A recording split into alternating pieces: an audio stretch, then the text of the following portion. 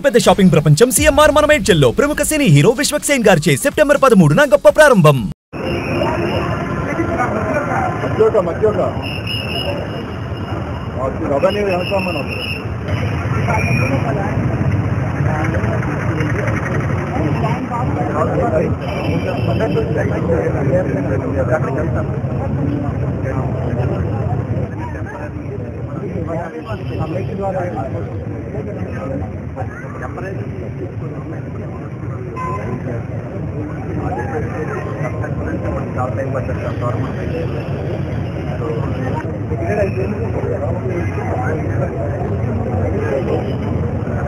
జగన్మోహన్ రెడ్డి ఏ నోటుతో man made disaster అన్నాడు. నిజంగా man made disaster, అది జగన్ మేడ్ డిజాస్టర్ అనమాట.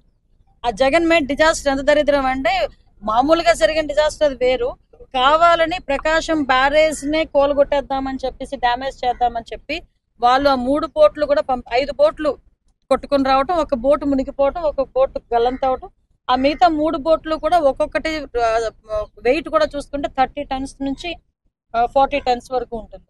అంటే అటువంటి వెయిట్ ఉన్నది మనకి స్ట్రైట్ అవే పిల్లర్ కి కనుక ఎక్కడైనా కొట్టుంటే కనుక మనకు చాలా డ్యామేజ్ అయ్యింది.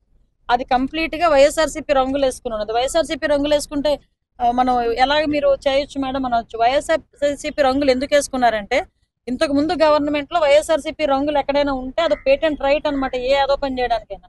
సో వాళ్ళందరూ ఆ బోట్లోని ఇసుక వ్యాపారం చేసేవారు ఉత్తరాయణపాను రేవు వైపు.